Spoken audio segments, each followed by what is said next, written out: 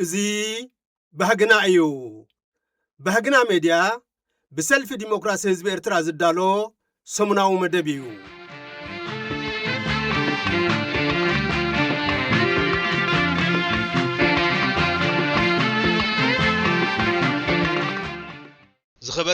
ዝኸበርኩምን ተኸታተልት መደብና ኣብና ኢሎም ፕሮግራምና ርእሰ አንቀጽና ዘይውዳእ ክንገብርና ዘርባ ኢሳያስ ብዝብል አርእስቲ ዝተዳለወ ክኸውን እዩ ሓተታናውን ትረድኦ ቃልሲ ክሳብ ታሕቲ ንኽሰርጽ ዘርእስቱ ክኸውን እዩ ሰናይ ምክትታል ሓቢርኩምና ጽንሑ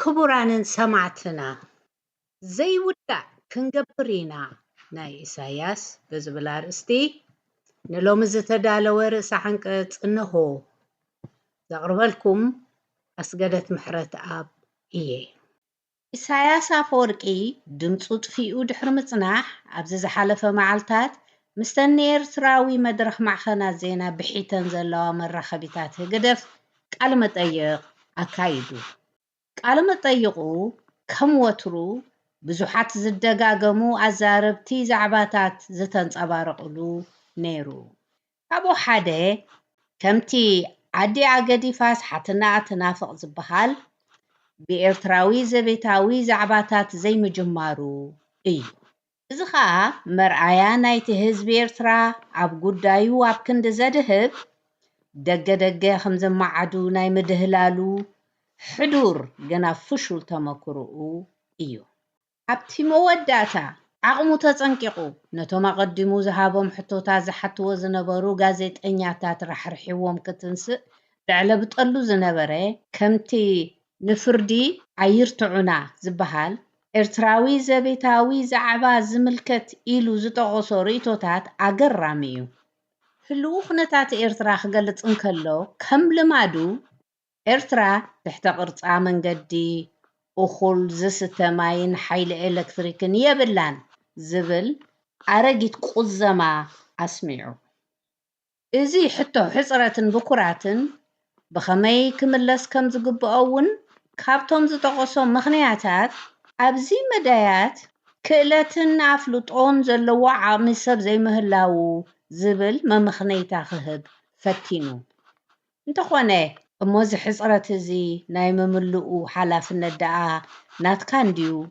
ንዝብል ሕቶ ከዓ ከም ወትሩ መልሲ ነበሮን እዚ ድማ ብሓቂ እቲ ንኤርትራን ህዝባን ተሓሪምዎም ዘሎ ልምዓት ኣሻቒልዎ ዘምጽኦ ሓሳብ ዘይኮነ ይሽካዕልል ከም ዝነበረ የመልክት ካብዚ ሓሊፉ ንይምሰል እውን መዳያት ፖለቲካን ሰብኣዊ መሰልን ዘይምጥቃሱ ክሳብ ክንደይ ካብ ባህጊ ህዝብና ከም ዝረሓቐ ዘርኢ ብሩህ ምልክት ምዃኑ ዘነጽር እዩ እዚ ዝተጠቕሰን ካልእን ልምዓታዊ ብኩራት ንኸይማላእ ዝዓንቀፈሞ ኣብ መጻኢ ክርከብ እዩ ካብ ዝበሎም ብቑዓት ክኢላታትን ምሁራትን ዘይምህላዎም እዩ ዝበሎ ንህዝቢ ኤርትራ ከም ሓድሽ ተረኽቦ ምንጋር ኣይመድለዮን ምኽንያቱ እቲ ነዚ ሃጓፍ ክመልእ ዝግብኦ ዝነበረ ሃገር ናይ ምህናፅ ሓላፍነት ዝነበሮ መንእሰይ ብሰንኪቲ ዲክታተር ካብ ሕቑፉ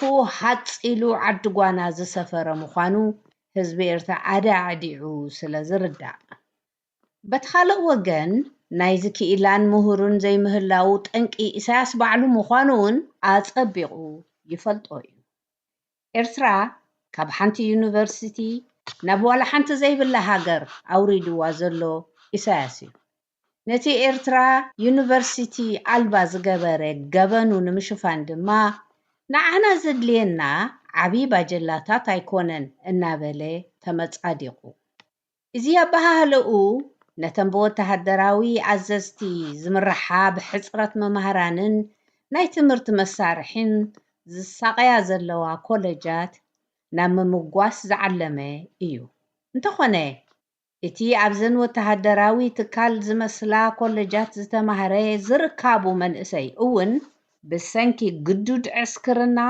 ምስዋርን መጭወይትን ህግደፍ ግዳይ ስደት ኮይኑ ከም ዘሎ ኣይኮነን ዶ ንህዝቢ ኤርትራ ሕብረተሰብ ዓለምን ኣህጉራዊ ሰብኣዊ ትካላት እውን ዘሻቕል ዘሎ ተርእዮ ምዃኑ ዘንጊዕዎ ዘይኮነስ ካብቲ ክውን ሓቂ ክሃድም ስለ ዝደለየ እዩ።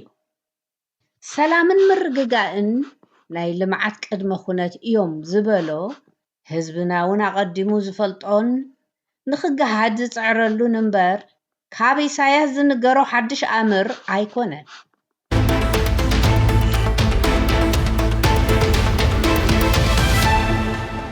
መን እዩ ኤርትራን ህዝባን ሰላምን ቅሳነትን ተዋሒስሎም ካልእ ቅድመ ኩነት ተማሊኡሎምን ሕረስ ሓረስታይ ንገድ ነጋዳይ ኢሎም ኣራጢጦም ናብ ልምዓት ንኸየድህቡ ዕንቅፋት ኮይንዎም ዘሎኸ ኢሳያስ ኣይፈልጦን እዩ ንምባል ድኾን ይኸውን?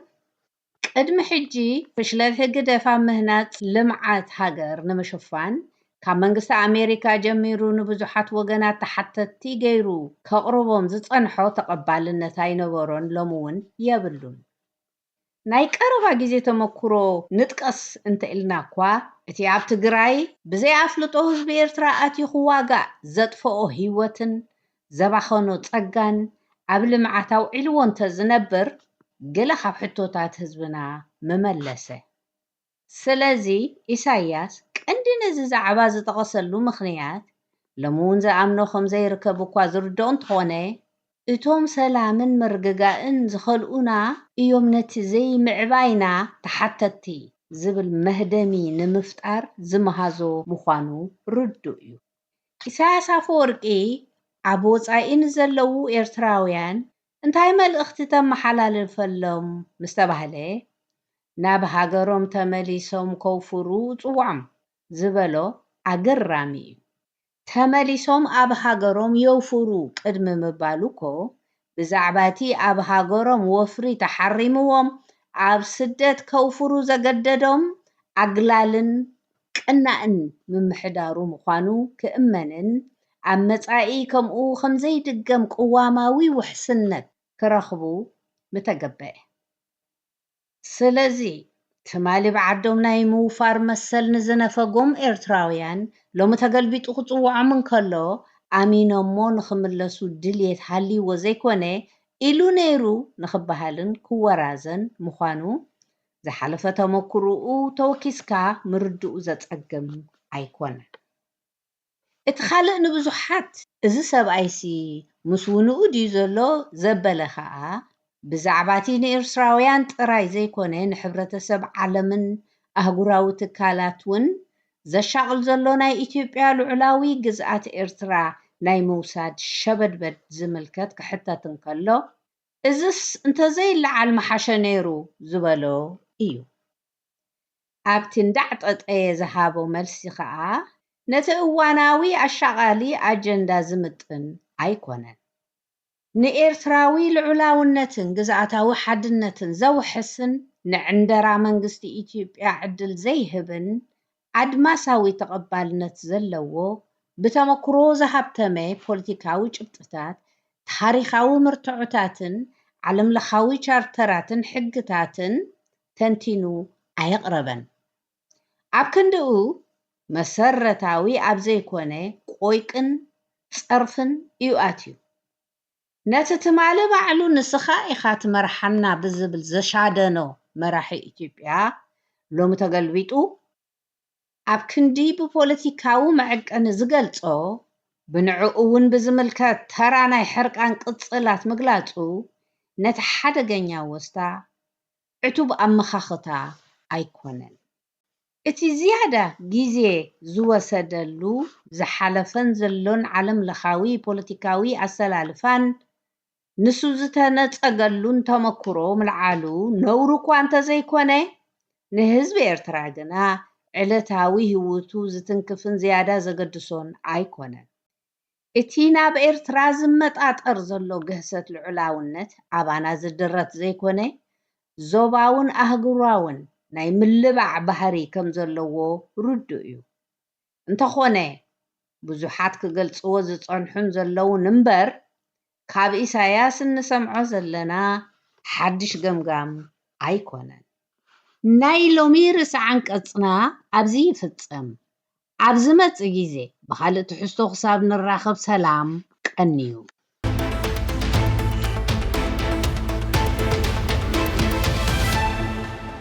ዝቕጽል ሓተታና ተረድኦ ቃልሲ ክሳብ ታሕቲ ንኽሰርጽ ዘርእስቱ ክኸውን እዩ። ብቤት ጽሕፈት ዜና ሰልፊ ዲሞክራሲ ህዝቢ ኤርትራ ህዝቢ ዘርብሖን ዘይርብሖን ተረዲኡ ንኽቃለስ ክውደብን ክነቅሕን ይግባእ። እዚ ኣብ ጉዕዞ ቃልስና ዘረጋገጽናዮን ኩልና እንረዳዳእሉን ነዊሕ ዝዕድሚኡ ኣገባብ እዩ። ምውዳብ ክንብል እንከለና ዝተወሰኑ ናይ ቃልሲ ቅርብነት ዘለዎም ኣካላት ኣብ ዙርያ ናይ ሓባር ዕላማ ዘቕምዎ ፖለቲካዊ ትካል ምፍጣር ማለት እዩ። ንምዕዋቱ ድማ ብሓባር ይቃለሱ። ውድብ ናይ ቃልሲ መሳርሒ እምበር ንገዛእ ርእሱ ዕላማ ከም ዘይኮነ ርዱእ እዩ።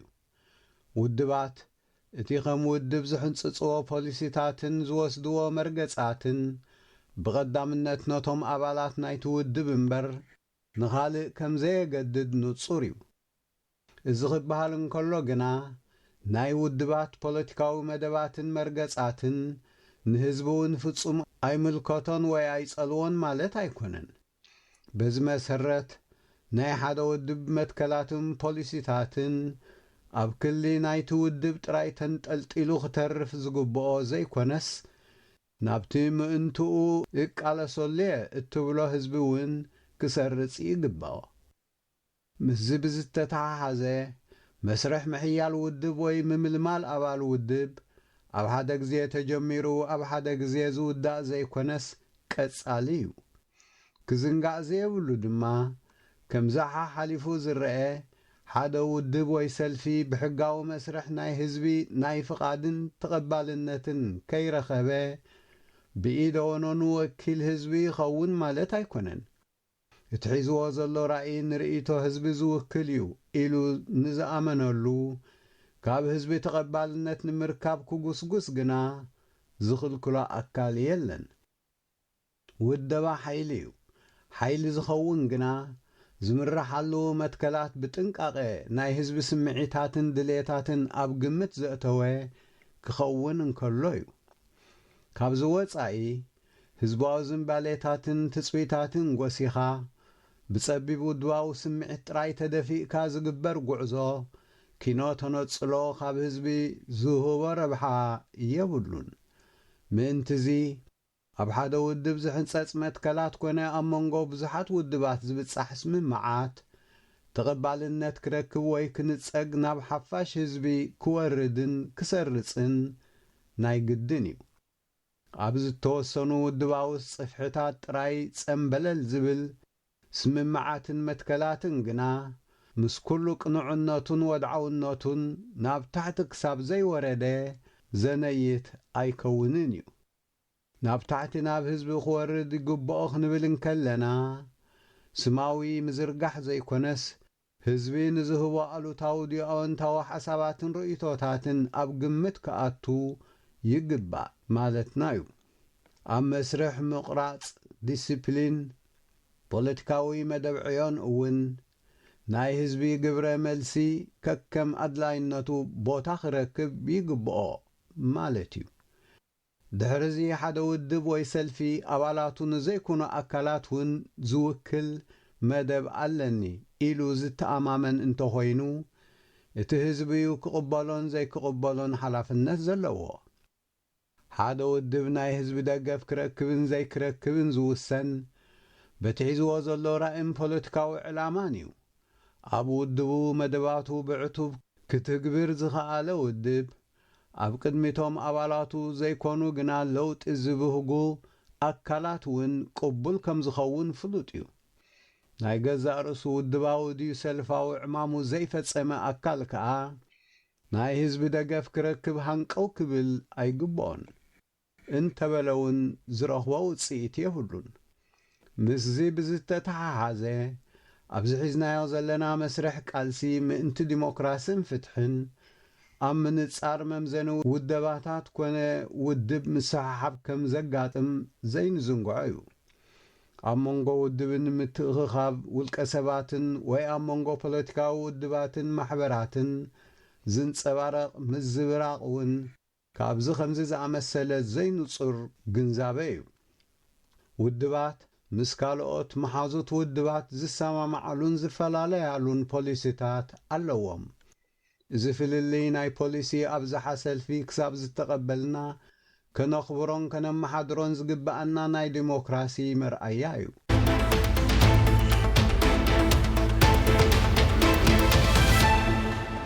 ሰልፍታት ኣብቲ ዝሰማምዕሉ ብሓባር እንዳሰርሑ ኣብቲ ዝፈላለዩሉ ድማ ነናቶም ርእይቶ ዓቂቦም ናብቲ ክዳንዮም ምሉእ ስልጣን ዘለዎ ህዝቢ ይቐርቡ። በዚ ድማ እቲ ኣብ መስርሕ ሕጋውን ሰላማውን ውድድር ዝያዳ ናይ ህዝቢ ደገፍ ዝረኸበ ርእይቶ ሰዓሪ ይኸውን። እቲ ዝተሳዕረ ድማ ስዕረቱ ክቕበል ይግደድ።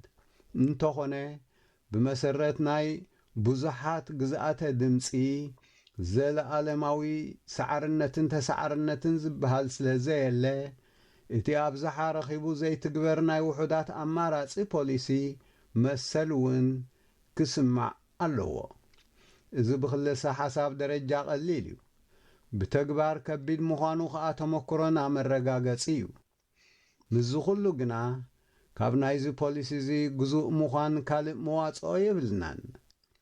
ዝሓለፈን ክሳብ ሕጂ ዘይሰገርናዮን ተመክሮና ብመንፅር እዚ ዝተገልጸ መትከል ኣብ ሰዓርን ተሰዓርን ዘትከለ ናይ ዜሮ ድምር ጉጉይ መንገዲ እዩ። ናይ ሎሚ ኩነታትና ጥራይ ዘይኮነ ናይ ኣርባዓታት ፖለቲካናን ናይ ግዜ ብረታዊ ቃልስና ተመክሮን እውን ካብዚ ዝተፈልየ ይነበረን። እቲ ቀንዲ ኣሲሩ ሒዙና ዘሎ ብድሆ ከዓ ካብዚ ዘይቃዶ ኣወጋግና ፍልልያት ምውፃእን ዘይምውፃእን እዩ። ኣብ ክንዲ ክልቴና ዕዉታት እንኾነሉ ምዕቡል ናይ ፍልልያት ኣፈታትሓ ስልቲ እንኽተል ኣብ ንዓይ ወይ ንዓኻ ፖሊሲ ኣተሓሕዛ ፍልልያት ስለ ዝደረቕና ብዙሕ ከሲርናን ንኸስር ኣለናን። ሕጂ እውን ካብዚ ኣኽሳሪ ኣገባብ ከም ዝወፃእና ዘረጋግጽ ዝተኸልናዮ ውሕስነት የለን። እንወስዶ ተበግሶታት ኣብ ክንዲ ኣካቢ ዝኸውን ኣግላሊ ናይ ምዃን ባህሪ ጸኒሕዎ እዩ። ነቲ ብዘይብኡ ዘይኮነልና መመሓዝውትና ኣካል ኣብ ክንዲ ኩነታት ኣጣጢሕናን ምክኣል ወሪስናን ንዘቕረቦ ሃናፂ ሓሳብ ብምሉእ ቀልቢ ሰሚዕናን ሓቢርና ከም ንጓዓዝ ምግባር ምስምስ ብምፍጣርን ዝበልናካ እንተዘይተቐበልካን ኢልና ኣግሊልናዮ ጉዕዞ ክንጅምር እንከለና ንዕወት ይመስለና እሞ በዚ ሰኺርና ውሱን ዓቕሚ ጥራይ ሒዝና ካባና ከነርሕቕ ንሃልኽ። ኣብ ግዜ ምምስራት ሃገራዊ ባይቶን ዲሞክራስያዊ ለውጢ ኣብ መንጎ ነቲ ጽላል ዘቖሙ ኣካላትን ሰልፊ ዲሞክራሲ ህዝቢ ኤርትራን ዝነበረ ካብ ናይ ርእይቶ ምውጣጥ ዝሓለፈ ዝተሳሕለ ናይ ቃላት ሴፋትን ዳንኬራን ክንመሃረሉ ዝግባአና ዓብይ ተመክሮ እዩ።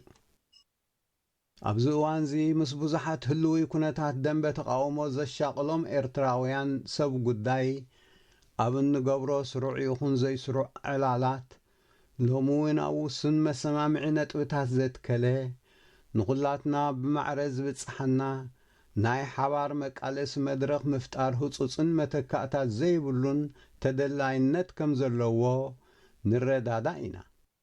እቲ ክንፈጥሮ ዝግባአና ጽላል ከዓ ሓድሽ ዝሓለፈ ተመክሮታትና ኣብ ግምት ዘእተወ ካብ መጀመርትኡ ናይ ኩላትና ኢድ ዝዓረፎን ኩልና ናትና እንብሎ ካብ ናይ ዜሮ ድምር ፖለቲካዊ ሕሳባት ዝወፀ ክኸውን ከም ዝግብኦ ኣይንፈላለን። ኣብ ተግባር ግና ኣይ ከምቲ ኣብ ክልሲ ሓሳብ እንሰማምዖን። እዚ ዘመልክቶ ድማ ድሌትና ከቢብና ዘሎ ውድዕነትን ዓቕምናን ከምቲ ዝድለ ይናበብ ዘይምህላው እዩ። ኩሉና ከምዘይንስሕቶ ድሌታትና በበይኑ ክኸውን ይኽእል። እዚ ድሌታት እንተ ደኣ ብመንፅር ህልው ኩነታት ብውሕሉል ሓላፍነት ተቓንዩ ግና ከሳኒ ዘይክእል ኣይኮነን። ንህልው ኩነታት ዘንጊዕካ ኣብ ናይ ገዛእ ርእስኻ ባህጊ ጥራይ ተወጢሕካ ምግላብ ግና ኣብ ዘብፅሖ ከም ዘይብሉ ምግንዛብ ናይ ግድን እዩ። ንሕና ደንበ ተቃውሞ ኣብዚ ናይ ስደት ቃልሲ ምስቲ ናይቲ ንብህጎ ለውጢ ቀንዲ በዓል ቤት ዝኾነ ህዝብና ብኣካል ተራኺብና ክንብሎ እንደሊ ክንነግሮን ክብለና ዝደሊ ክንሰምዖን ኣይንኽእልን ዘለና ብደረጃ ረብሓን ድልየትን ግና ኣብ ሓደ መስመር ኣንጻር ወፅዓን ዲክታተርነትን ኢና ዘለና ዋላ ብኣካል ተራኺብና ኣብ ሓደ ኣዳራሽ ክንእከብ እንተዘይከኣልና ክንናበብ ይግባአና እቲ ምንባብ ካብ ዝግለጸሉ መገድታት ሓደ ኸኣ ክንውስን ክንሰማዕን ክንመሓዞን እንከለና ድልየትን ህጹጽ ጠለብን ህዝቢ ኣብ ግምት ከነእቱ ይግባአና ብኣካል ክንራኸብ ስለ ዘይከኣልና ግን ስጉምትታትና ካብ ህዝቢ ተሰወረ ከም ዘይኮነ ክንዝንግዕ የብልናን ናብኡ ዘብጽሕ መገዲ ክትጸርግ ኣይበቓዕካን እቲ ፍርዱ ግባይ ዘይበሃሎ ህዝቢ ብቕሙጡን ኣብ ማእከል ጎልጎል ኣፍካ መሊእካንን ናትካ ቐጢን ፈትሊ እንዳመዘዝካ ጽባሕ ኣብ ኤርትራ ከምዚ ዓይነት ስርዓት እየ ዝተክል ምባል ከዓ ክንብርኩትን ከይንብርኩትን ኣምባይ ንብጻሕ እዩ ዝኸውን